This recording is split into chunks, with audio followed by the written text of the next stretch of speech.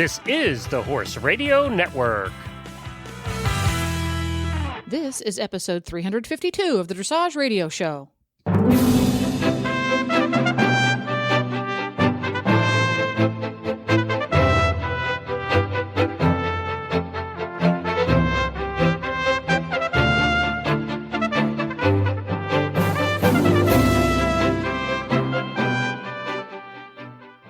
Greetings, horse people. Coach Jen here.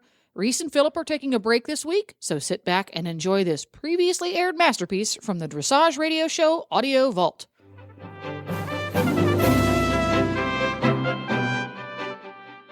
Today on the show, we have Sybil Mayer. She's the writer and director of a short film called The Equestrian, which features dressage.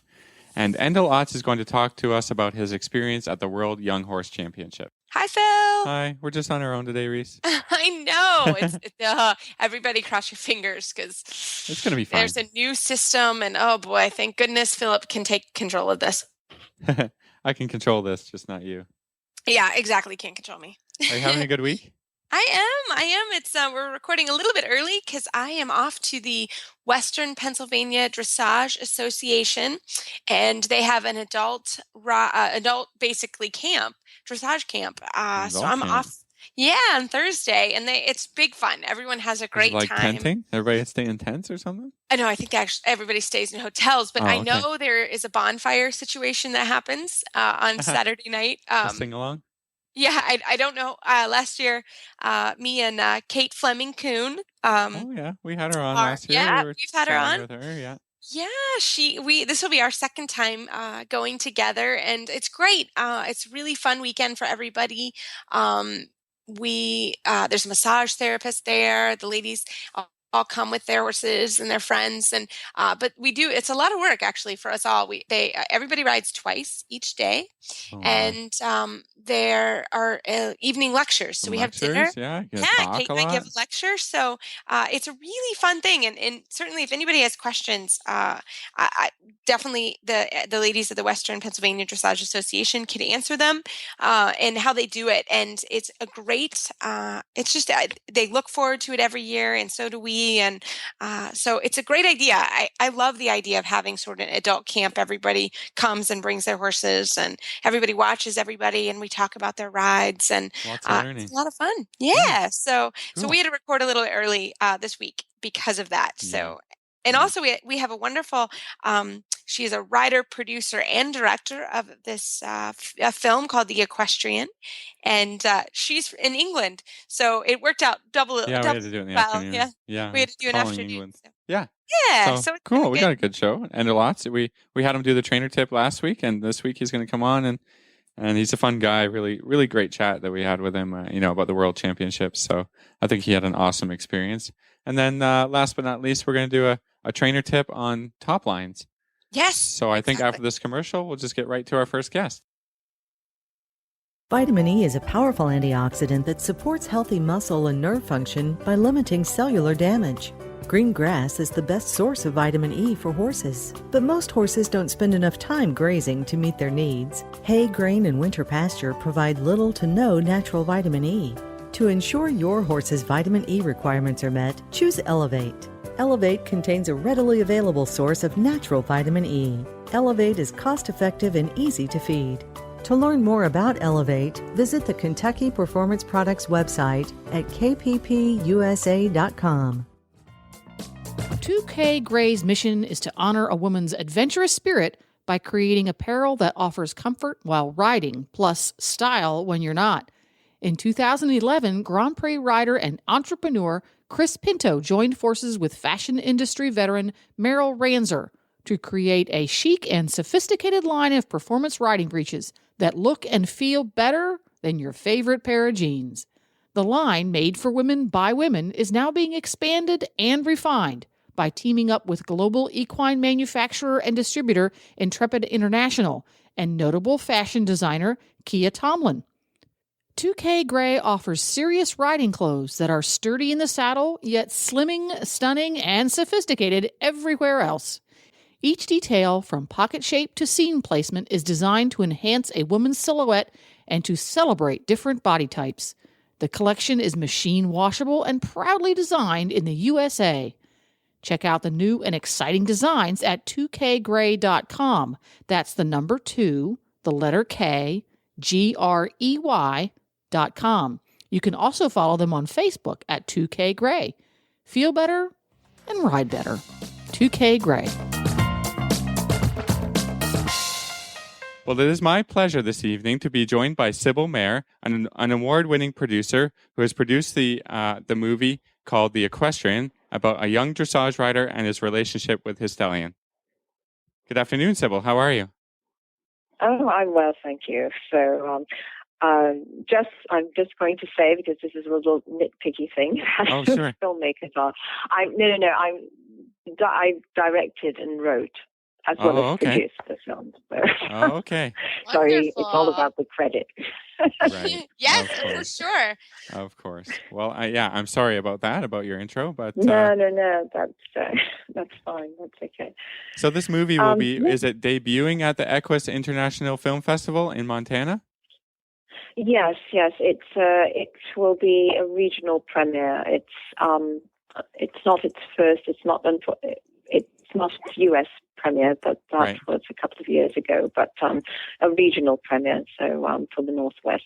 So I'm really looking forward to it, and very excited about the festival and meeting with the founder and director of the festival, and seeing some other great films, equestrian films. So, well, Sybil, why don't you tell us about your short film? Okay. Yeah, let's get right into it. Yeah. Well, what would you like to? Let's see. It's I suppose how I was looking around. Well, goodness, that's now 4 years ago.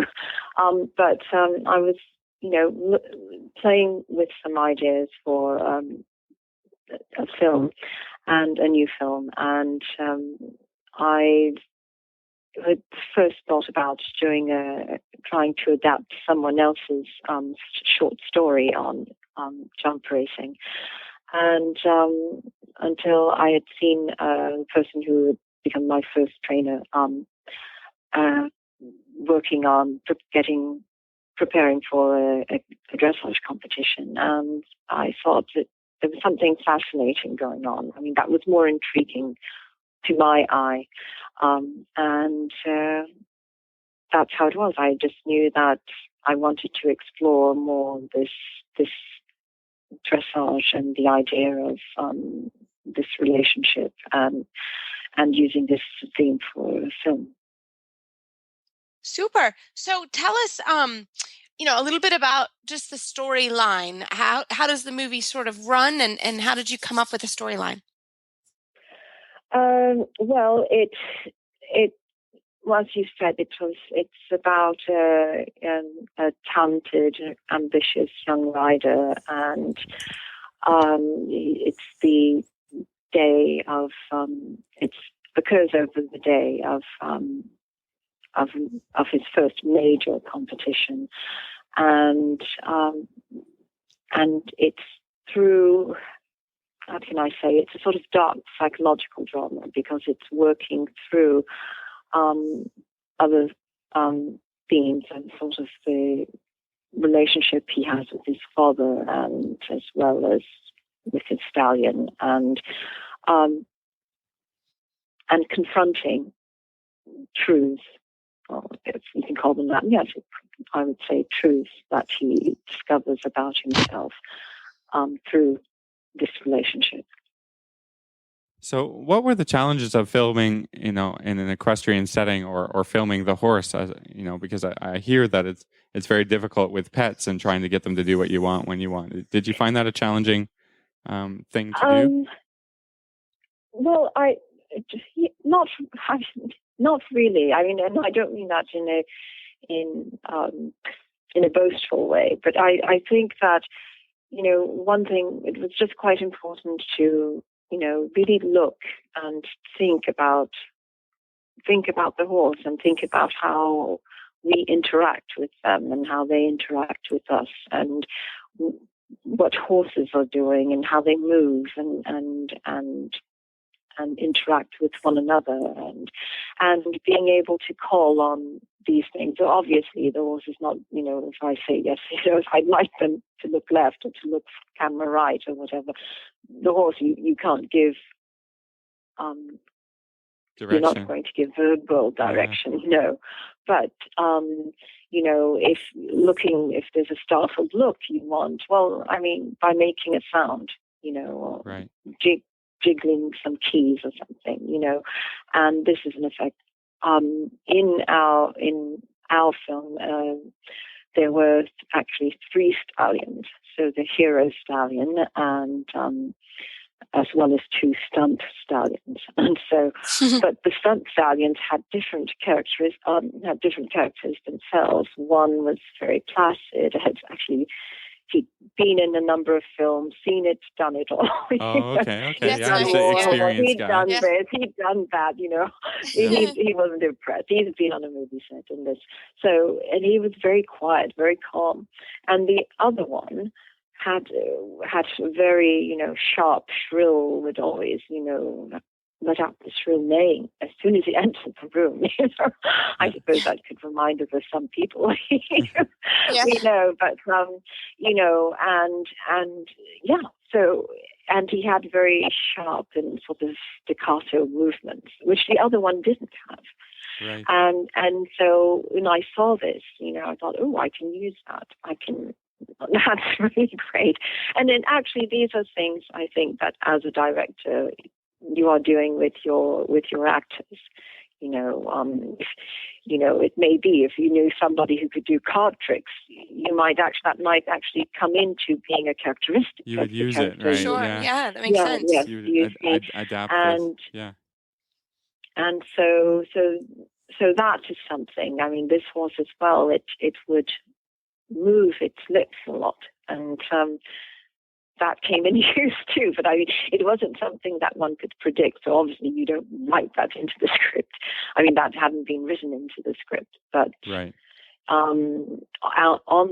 It was because actually we were filming night then, so but on the night, looking at you have this character in front of you, and you see them, and they're doing this, and suddenly the sparks fly, and it's when it happens, it's very exciting. So, right. Sure. Yeah.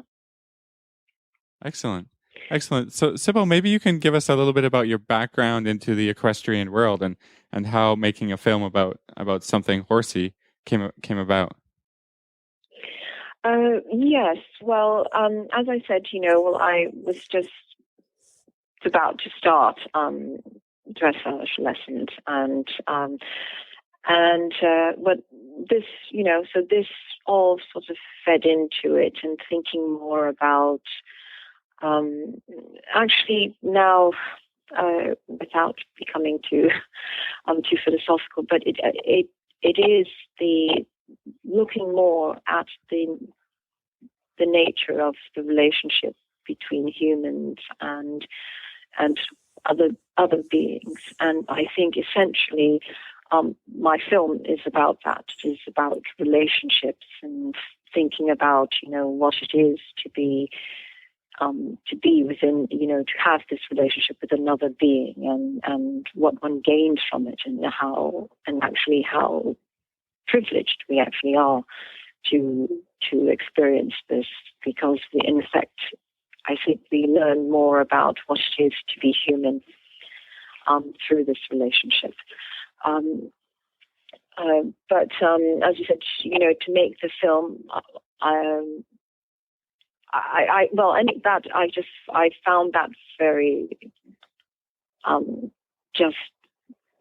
quite, how should I put it? It was it was just thrilling, that idea, and I was just grasped by it to want to explore it more, and to also find out, well, what is the story? What is the story that will lead me to think about, to contemplate this idea about relationships.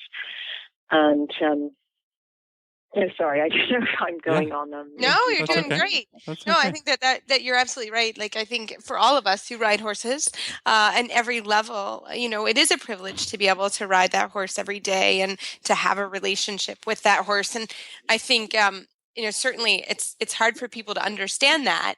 A lot of times, they don't understand that horses all have different personalities and different likes and dislikes.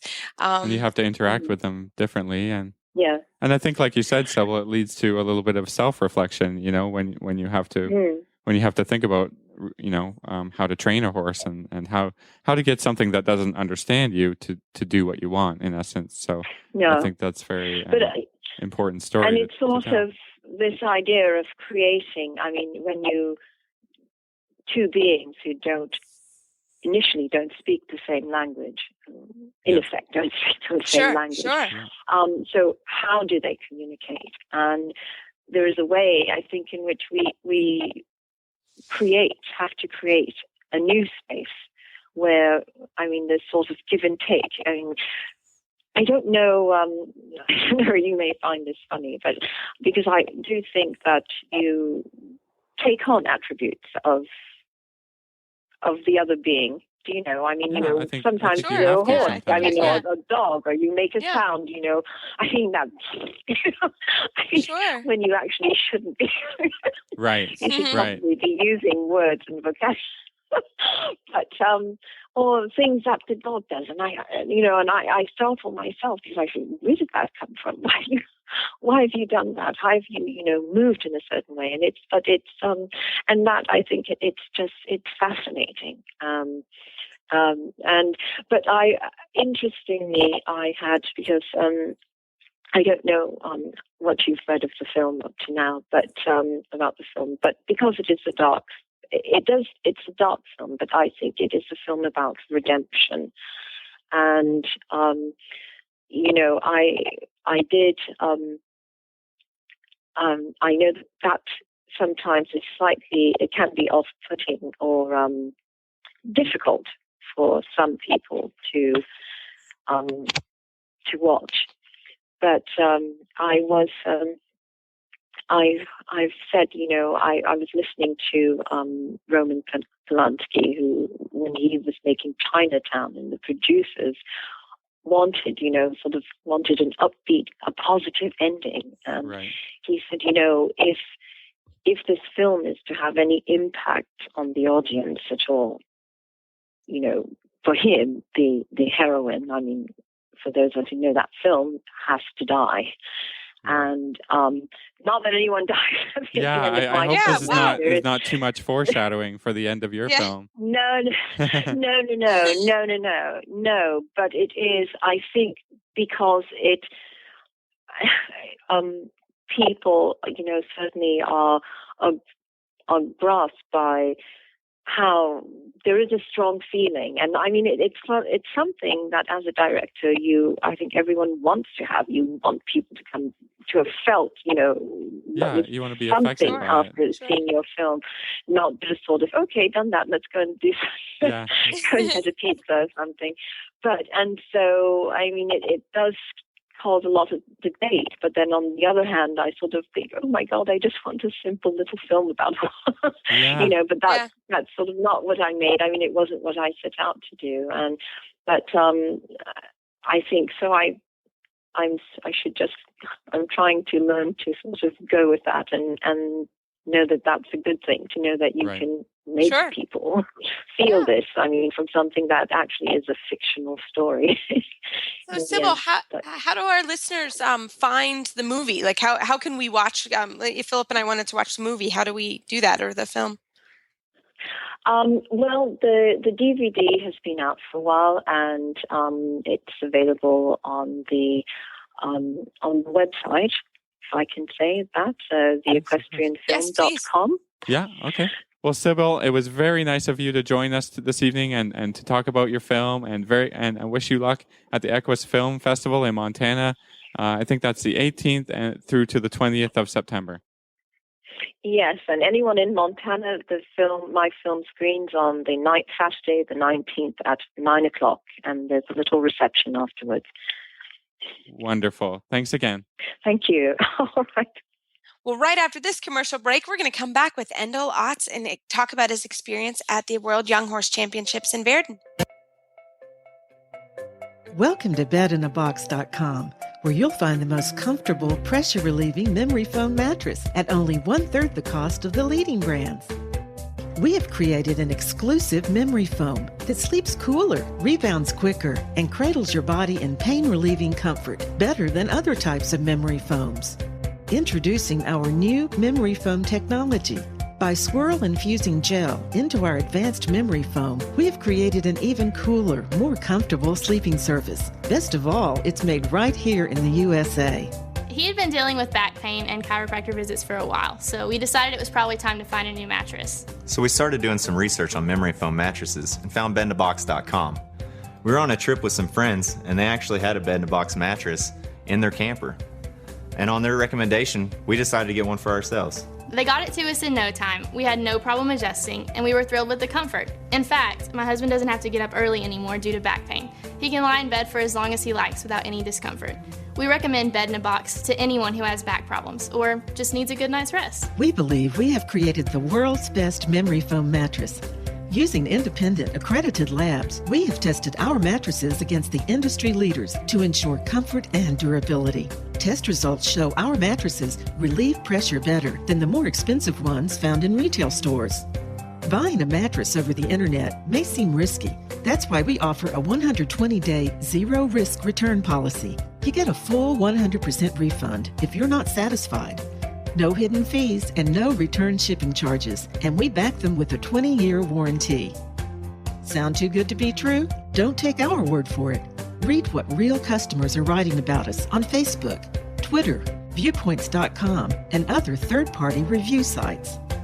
We are dedicated to quality and service. We offer fast, free shipping to the contiguous U.S.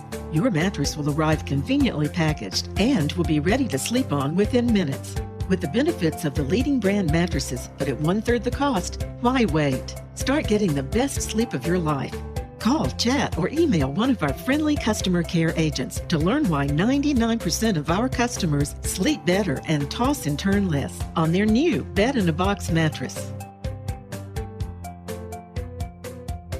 Well, this evening, really, ladies, I have three gentlemen. It is my pleasure to have Endel Otts on the show with Philip and Glenn. Oh my gosh, I don't know if I can handle it. Endel, welcome to the show. It's a lot of testosterone, I think. Yeah, I don't know. Hopefully you can handle it. I think I can. Don't you worry, ladies. I got us covered. Well, Endel, we are so happy to have you on the show tonight. We were following how well you did in Verden with your two horses.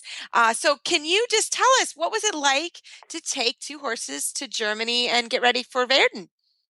I mean, the politically correct answer was awesome, but I gotta say it was terrifying. I was a little bit worried. I was happy, and I mean, I was, excited with the horses and everything, but it's a lot of pressure, I think, from not from anything that the owners or anybody put on me, but I think just from myself, thinking, overthinking things and, making sure everything's okay back at home and making sure all the horses are going well at home and everything like that. But I got to say, like, once I got there and went to the horse show, it was so great.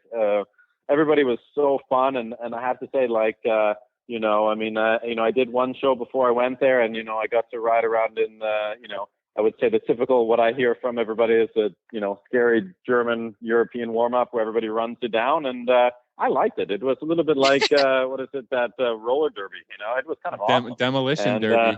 I got to say it. I was, riding around and people ran into you and you run back into them and everybody kind of laughs and, no one was super serious about it and everybody was just kind of cool. And so, I liked it. It was great. It was really fun, the whole experience.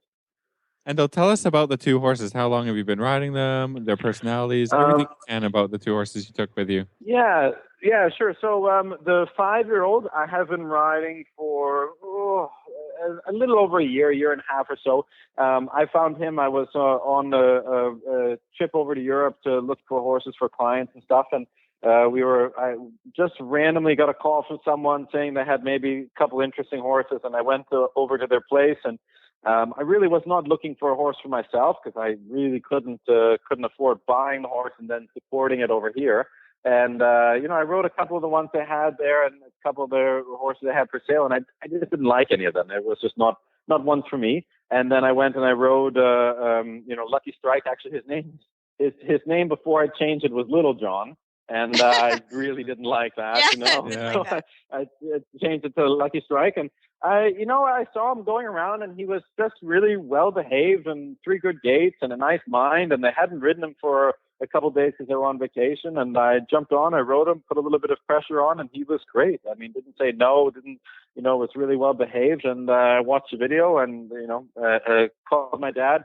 And, I made a little deal with him saying, hey, the horse is actually very inexpensive for what he was and what I thought he could do. And so I called my dad and I said, hey, I can't afford to pay all the bills on this. I mean, to buy the horse and pay the bills. I can pay the bills on the thing, but maybe we get it. And he was, great about it and really excited. And so then we got it. And I have to say, I mean, Lucky is really great to deal with, really sweet on the ground. I mean, he's just a puppy dog. I mean, he can jump around a little bit and be a little fresh and stuff here or there, but never means it in a naughty way. Always very, very happy and very, excited and really very, very social, that horse. So that one, just really fun to ride, really great. The other one is called Sanhitas and is owned by Gary and Jeannie Vanderploeg from Canada. And I have ridden that one for a little bit less time, maybe a little bit over a year or so on that one. And he was purchased for Gary, and Gary's been to the World Cup, World Equestrian Games, very accomplished rider, trained with Monica and husband Theoresco over in Germany, and really really great guy. And this guy, they bought him, and he was a little bit fresh, and I think would jump around a little bit and stuff, but really super athletic and just very quick. I mean, would never try to do anything naughty, but he was just very quick and very athletic. And a mutual friend of ours called me and kind of put Gary and I in touch and said, hey, Endel's really good with these young horses and stuff, and was very, very nice. And they said, maybe you want to have, because the horse just jumped around a little bit and threw Gary off. And Gary, it's not good for him to fall off too much. Not good for anybody to fall off too much. Yeah, no, exactly. Gary, in Gary's words, he doesn't bounce as high as he used to, Yeah, and not so a young he's guy. like, yeah. So then Falling off is for the young guys. Yeah. Exactly. So I went and I rode him a little bit. I rode him a few times, and it was really, really great. And Jeannie, his wife, was there, and we just all got along very well. And they're just fantastic people. And I rode him, and he is crazy athletic. I mean, really super trot, super canter, very good walk. I mean, really well behaved. But he's just, I would say his body is a little bit more mature than his mind a lot of times. And so he needs a little bit more time to just kind of figure stuff out. I mean, when he goes places, he's really great and really, really, I mean, not spooky and really on the ball, but he's just really, really cool horse and big, like super big extended trot, nice big canter, learn changes very easily. And I rode him for a little bit when they were down here for a season, and they've never left the horse with anybody, like for when they're not there. And we had a dinner, and I thought it was going to be kind of, we're going to go home. We'll take him home. Thank you so much. We'll see you next year. And they turned out and they said, we've never done this. We've never left the horse with anybody. Would you be interested in keeping him here? And maybe we stop down and stuff through the summer and check on him and see how he's going. And I really was not expecting it. And I said, yeah, absolutely. Of course. That'd be great. And they really have been fantastic. I mean, I brought up with them that during the summer last year and the winter months down here, that hey, I think that he's really talented, and it'd be really a fun thing to maybe set our eyes on Verden and see where it goes.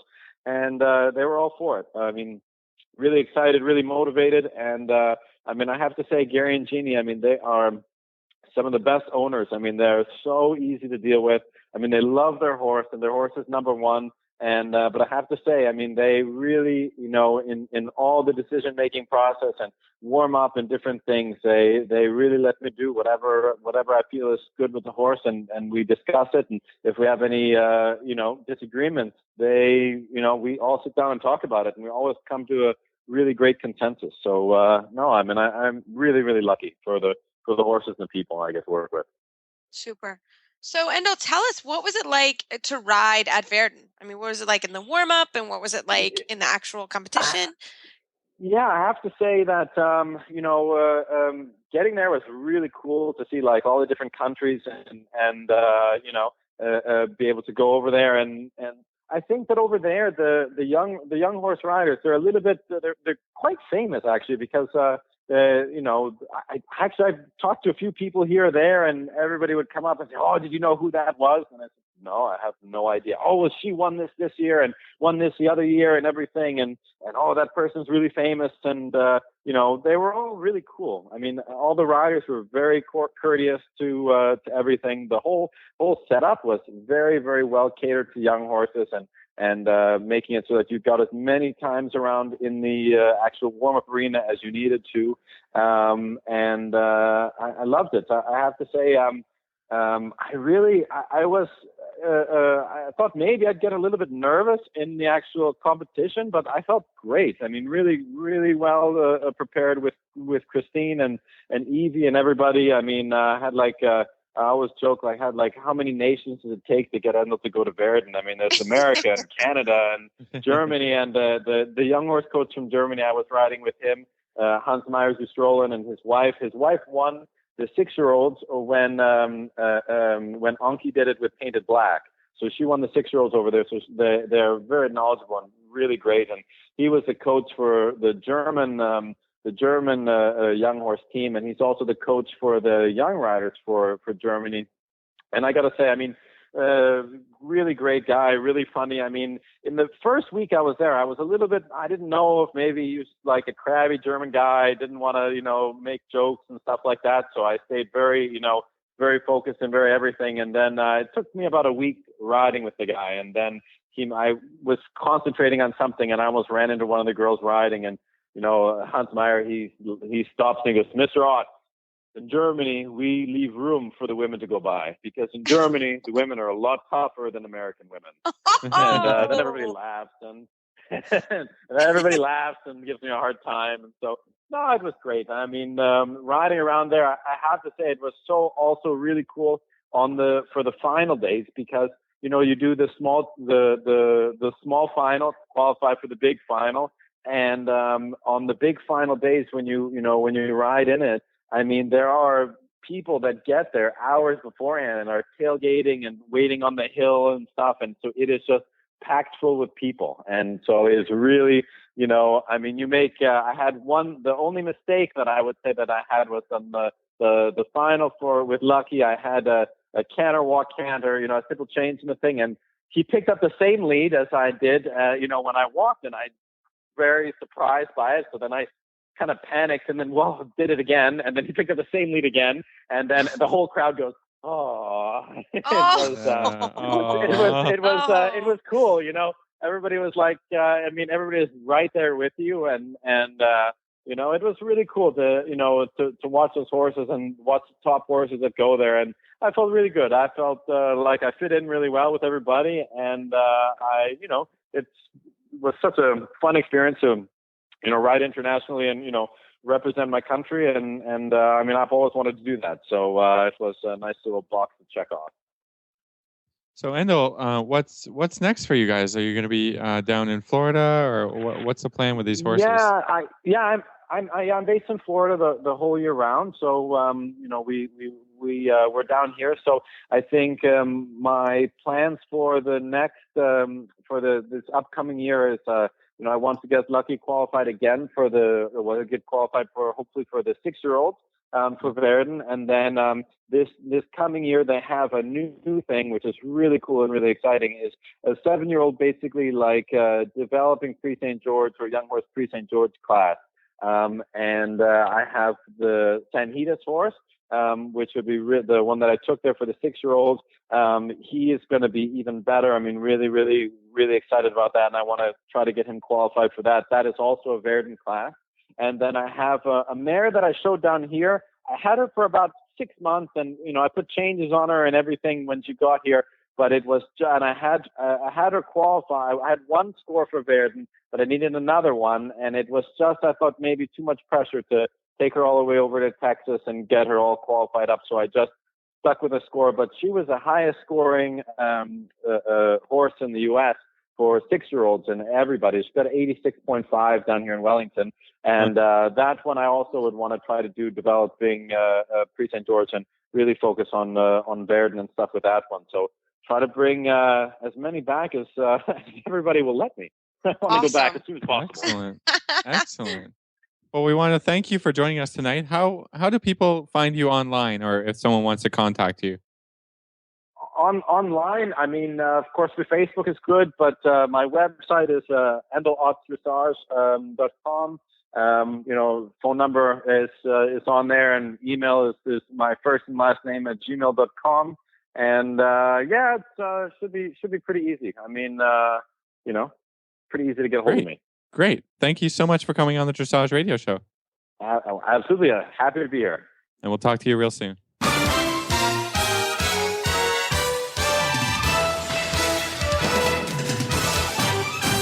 This week's Dressage Training Tip is brought to you by Total Saddle Fit, home of the shoulder relief girth at TotalSaddleFit.com. Well, this week, Philip, for our Total Saddle Fit Tip of the Week, you and I are on. We had a great question from listeners, which we always love, and about top-line development. And how can you tell that the horse has a proper top-line muscle, and just talking in general about top-line development. So, Philip, do you want to lead us off today and talk about top-line? Yeah, sure. I mean, I think the first thing, that every horse is born with a different conformation. So this makes top-line development and top line evaluation quite difficult, because every horse brings to the table what they have and what they have in top line. Lots of horses, I mean, the top bred warm bloods, for instance, if they have really nice conformation as 2-year-olds, then they're more easily developed through their own conformation, a better and better top line. But you can certainly see some of these warm bloods that haven't been exercised and haven't been, and then they're 6-7 years old, and then they don't have a developed top line. So I think it's important to evaluate each horse as you see them conformationally, and then you can sort of develop their top line from there, or evaluate and say, okay, this horse is developing a good top line for him, right? Which may not look as strong as when he's standing next to another horse, but could be a very strong back and top line for that specific horse. So I think it's a tricky question. Do you have any thoughts on that conformation idea there, Reese? Yeah, I think you're right. I think it is a tricky question, but I think you can learn a lot. Okay, it's one of the things that I do when I walk in, let's say for a clinic or something, I actually go through the barn and sort of just generally look at the horses standing in the barn. And you should see, in my opinion, if the horses are ridden properly, some naturally good top lines. Or you know what I'm saying? Like if you're walking through and you see a horse with a bunch of undernecks or underdeveloped necks, that already kind of tells you some information. Sometimes hard, I mean, you can't walk through every barn, and say, oh my gosh, because sometimes trainers get new horses in and that kind of stuff, and it takes a while. But if you look at horses that have been in a training program for, let's say, 3 months or more, you should actually see that they have actually developed some top line muscle. And that's even before you take them out into the arena. Yeah. I think it is tough. Sometimes I've seen horses, that they have they're actually pretty well ridden, but they just stand in the field and they push out their underneck. And you're like, oh yeah, that's really difficult, I would say, so there's definitely some, you can't always say, well, this is the rule and this is how it goes. But certainly something that I think you should always look at when it comes to top line muscle. And then talking about sort of moving into the ring, you should always see that the horses, in theory, the horses should always be round. You know what I mean? Yeah. Ride dressage. So it's even on the long rein, or if you're walking, you're finished, or for sure when you just start, the horses need to be round and they need to be on the bit. And that's for us, even in walking. The only time I'll actually drop the reins is when I'm finished for the day. Sometimes I'll drop the reins and let the horses stretch. That doesn't mean I always keep them in a Grand Prix frame by any means. That's not, don't misinterpret that. But, they can always think about, with a lower level horse, that you're doing a free walk on a long rein. The horses need to stretch forward and downward, but there is some level of contact. So I think that all goes into top line development. And I think that when you ride a horse properly through the scale of training, the top line should develop properly. Again, I think it does. Barring, again, if you have that horse that stands in the pasture as with a ewe-neck, that's tough to combat. It's tough to overcome. Because is. that's maybe a horse that's not naturally skilled. You can sort of tell by the top line development, where in the training the horse is, because you can't have a third level horse with a training level sort of top line, right? Right. And vice versa. You shouldn't really have a training level horse with this huge overbuilt top line. That can be counterproductive as well. So, I think it's just every horse is really, really unique. And I think if you looked at a picture of a horse that you got as a 3-year-old and is now a 10-year-old and you're working 4th level, for sure you want to see that muscle over the back really develop. And I think a good top line should look round, like the horse, whether he's standing in the stall or got a rider on him. The horse, as they develop muscle over the neck, over the back, around the rump, everything, the horse should start to look like he's in. I remember, I don't remember which trainer was it, but they said, like, if you shone a spotlight or a flashlight on a horse, the horse should sort of start to conform to the idea of that round spotlight, that the back is pushed up, and the hindquarters a little bit down and under, and they should go from looking like a natural sort of rectangle with straight lines around towards that spotlight picture, towards that round conformation. So I think for me, that's what I look like when a horse comes in. I've never seen it before. Does it start to conform to that circle picture? And that's the top line developing, right? Yes. Around this, and with good weight, right? The horse has to have, enough ingredients, nutrition wise, to be building muscles, right? Because they can't if they don't have that. And that's why, the top level horses actually get quite a bit of food, not just hay, not just oats, but the nutrition comes into a big part of developing, just like people developing, enough muscle to carry the horse and to build big sort of round muscles. So I think that's what it is, in essence, developing each horse to its full potential, not putting two horses side by side and say, this is a good Grand Prix horse because, it's got huge neck, like a Frisian, and this one's just got a skinny inky dinky.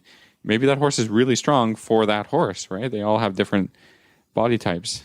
So I think it's, that's why I think a lot of the breed classes really are about young horses, right? Just what did God give the natural shape of this horse? And then from 3 years on to forever, it's up to the riders to develop the right muscles from what the horse has been given. So I totally think agree. That's my point about muscle development. It's very hard to tell horse to horse, how they're doing or what they've got, because just like people, there's really absolutely. strong sort of endomorph, ectomorph sort of thing, right? I was more thinking LeBron James to, He's like, huge. Yeah. There's just some incredible athletes, and then there's some people that are not incredible athletes, and so there's just a wide range. That's why top line is like you said, it's really individual per horse, but you really can tell sort of the quality of training dependent on what the horse is. That's why I talked about going, just taking a picture 6 months down the road and a year from there. If you're developing the horse correctly, then the muscles will develop correctly on your horse. So So I think that's the best way to look at it is, keep an eye, keep pictures. There's some horses where I'm like, oh my God, I so wish that I had taken a picture of that horse, you know, because it looks so different. They change so much. Mm-hmm. Absolutely. So, Absolutely. no, I think, and that's the fun part. I mean, that's what we're doing. So, yeah. Well, good question. I keep them coming. You know, we try and talk about every topic on this show to do with training and horses and dressage. So it's great. Yeah. Love it. Love it. Love it. This tip was brought to you by Total Saddle Fit, the shoulder relief girth that Reese and Philip both love. And here's why. The saddle fit solution you have been waiting for is finally here. TotalSaddleFit.com is proud to introduce the shoulder relief girth. This strategically shaped girth actually moves the girth line of your saddle back over 1 inch, thereby freeing your horse's shoulders from the saddle. Traditional girths pull saddles up against a horse's shoulders and often over the top of the shoulders. The shoulder relief girth's recessed ends allow for the billets to buckle into the girth farther back to give your horse unparalleled freedom of motion.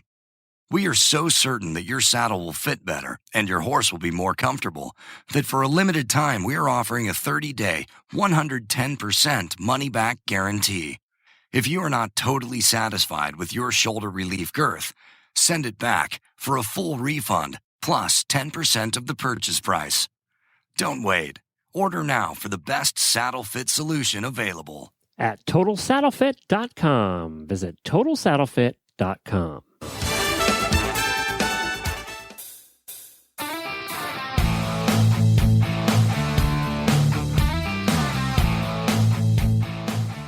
If you're coming to Kentucky Horse Park for the Rolex or any other event, the best way to complete your Rolex experience is to stay at the nearby Clarion Hotel, just 4 miles from the horse park. At the Clarion Hotel, your experience will include a great room featuring a Tempur-Pedic memory foam bed, flat screen TV, and in the morning, a full free hot breakfast with eggs, sausage, waffles, and other great breakfast items. The Clarion is a full-service hotel with easy access off of I-75 at exit 115 with plenty of parking for your truck and trailer. The Clarion Hotel is also pet-friendly, so you can always bring along your furry friends. Best of all, you don't have to leave the hotel to enjoy fantastic Kentucky-style food and drink. Cortland's Southern Kitchen offers innovative Southern fare and a casual atmosphere, or you can relax at the Sports Page Bourbon Bar and Grill, where you can give the bourbon sampler a try. It's a great way for you and your friends to discover which Kentucky spirit is your favorite.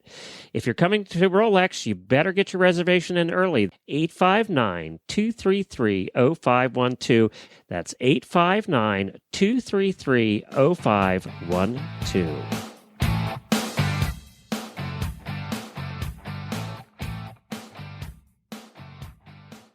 We also have a really cool shout out that we wanted to talk about. Yeah, well, we got a message from one of our avid listeners from South Africa. It's a 50-year-old beginner dressage rider, and she says she truly gets great motivation from the radio show.